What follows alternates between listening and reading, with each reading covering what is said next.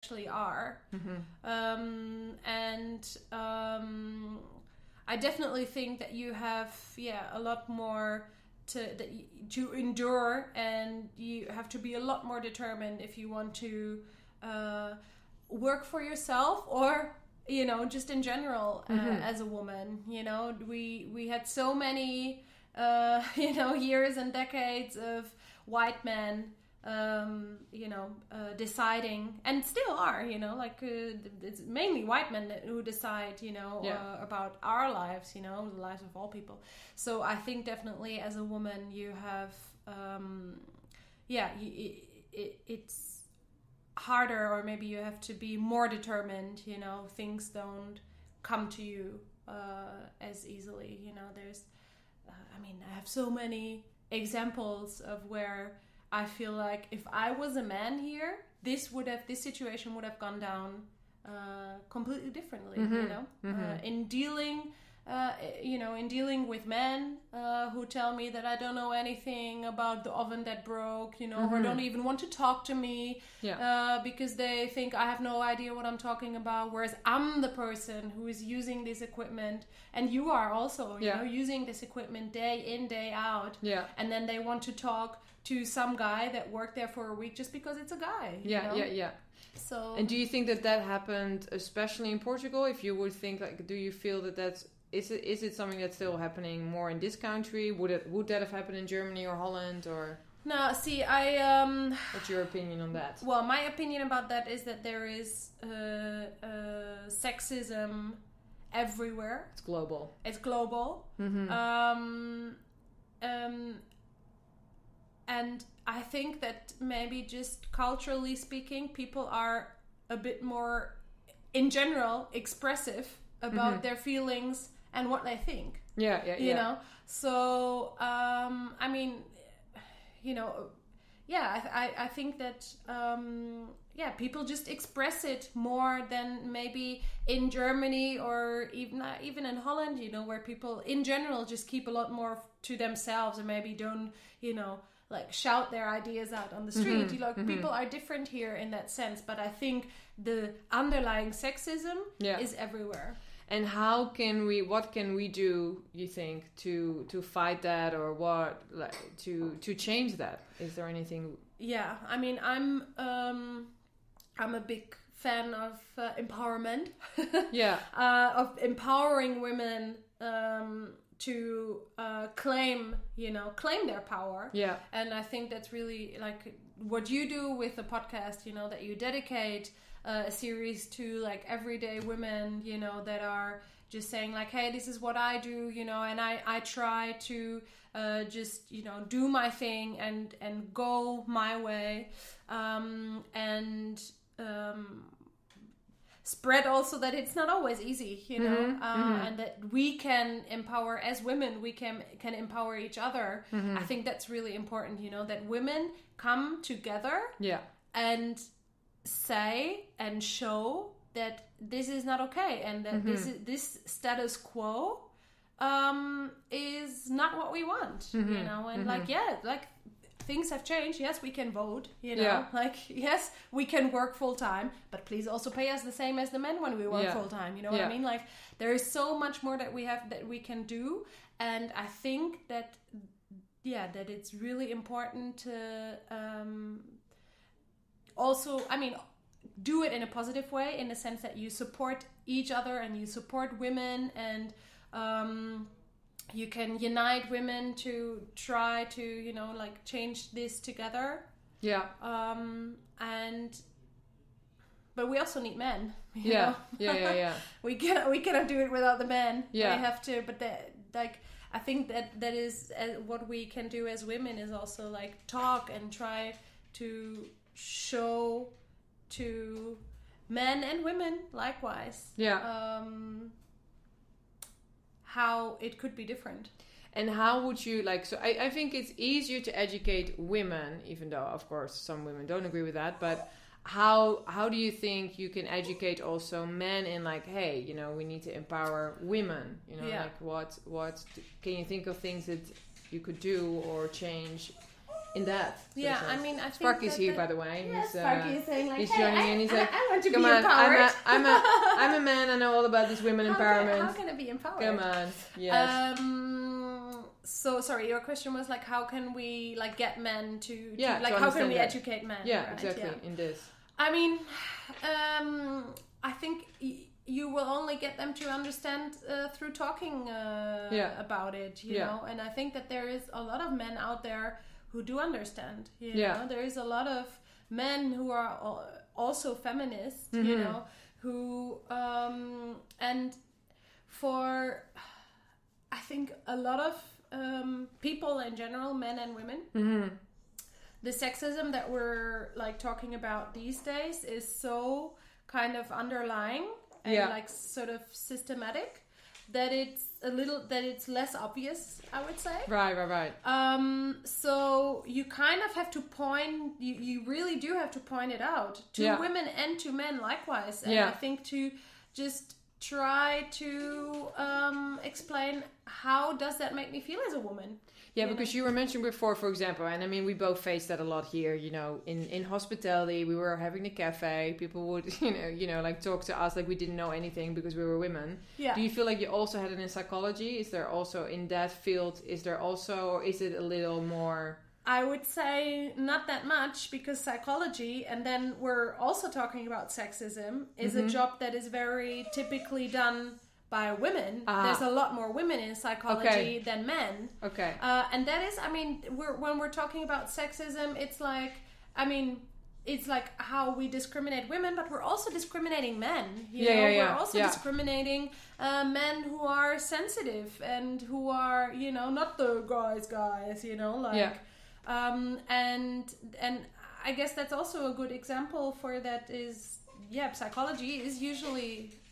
I did not experience that there as much because there was a lot more women. Yeah. But it was definitely not like a typical male job. You know? And do you, because when you say like we're discriminating men as well in that, do you feel men don't get the opportunity to become a psychologist, or they don't want to, or like what would be the reason why there's more women?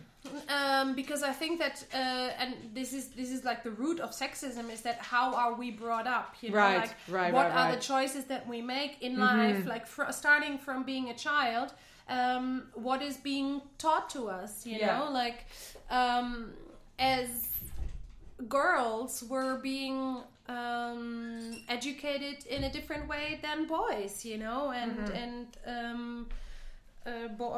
boys are supposed to be like strong and like climbing trees and like not being, you know, like not being sad, not crying and all that kind of stuff, and girls are the princesses and are, you know, allowed to be a lot more sensitive, and that obviously like, and that is parents, but I mean parents are also educated by society, so you know, that is always, there's all these layers, and this education is always going on and on and on and on. What is acceptable as a woman and what is acceptable as a man, and how do I make that decision that I want to be a psychologist as a woman, and as a man is probably a different kind of process, you know, and a kind of like different kind of obstacles that you have to go through. The same is for women that want to go into male-dominated industries and fields. Yeah, definitely. Like, I felt that.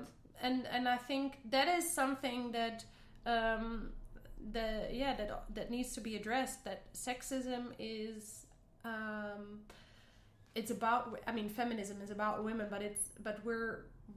By empowering women, it doesn't mean that we do not want to empower men. Exactly. Like, I think I also want to empower men to be who they want to be. You know, like that's what you want. You want a person to be who they want to be, regardless of them being male, female, transgender. Like that doesn't matter. That's I think what it is about. Like the empowerment of being really. And being beyond gender. You know? Yeah. And so if you look back at the last few years, and especially also with running your own business, how has your own empowerment changed? How has my own empowerment changed?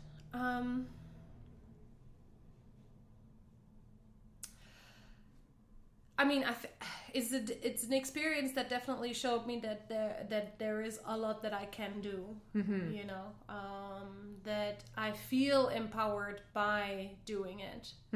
That I feel that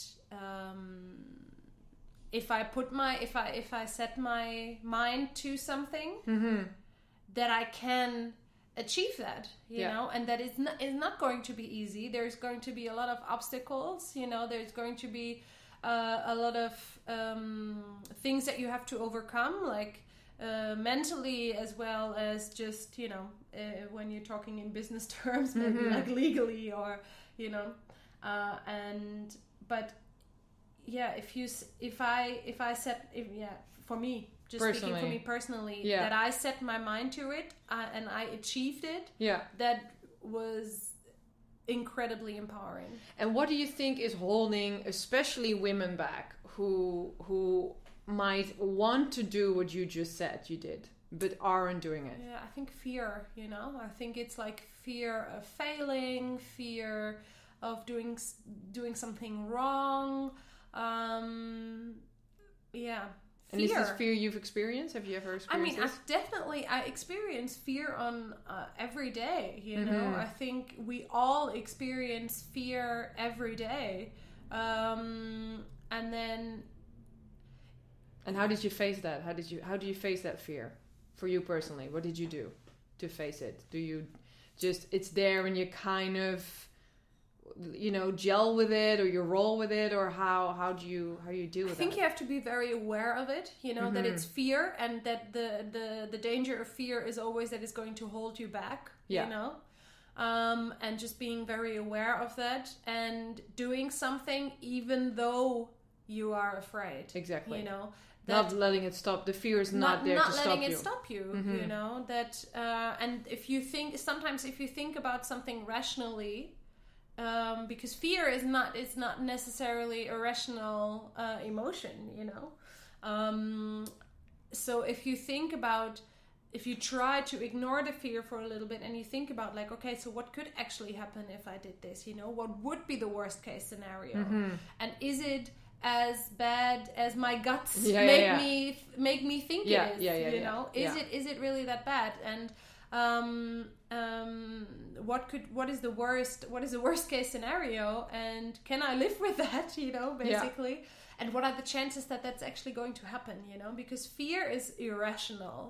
Totally. So I think that's why it's so important to be aware of it, and to just you cannot ignore it, or you cannot switch it off like an on and off, switch of a machine. It's not a button. No, but you can learn to live with it. You know?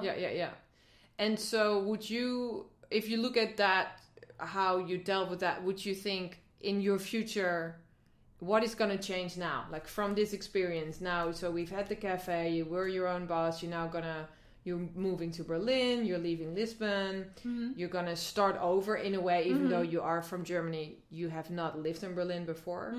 How do you see this learning experience you've had with the cafe? How is it going to help serve you when you're in Berlin? Like what do you think? I mean, there's so many things that I learned in that situation, you know. I learned a lot about myself. I learned a lot about boundaries. I learned a lot about, you know, dealing with stress. But I also learned that I can do a lot of things that I want to do. And I think that is an experience that always, that is so valuable, you know, even if you feel like, and I don't even feel like that, but if you feel that you failed, like that can still be a valuable experience for you. You know? Like there's always a learning moment in that, and I think that I sold the cafe now to be able to move back to Germany. And I don't, at this moment, I'm not going to, although people are always asking, like, so are you going to? I'm not going to do that now because... We are not, okay? No. There's no new footprints coming. Sorry, guys. No, I will not do that now because I know how it is, and that you have to be just 1,000,000% committed to that. Yeah. And right now my priorities are just differently. I just want to be able to spend more time with my family. Yeah. And I know that I can do that in Portugal, I can do that in Germany, and also if I do it in Germany, I will not be able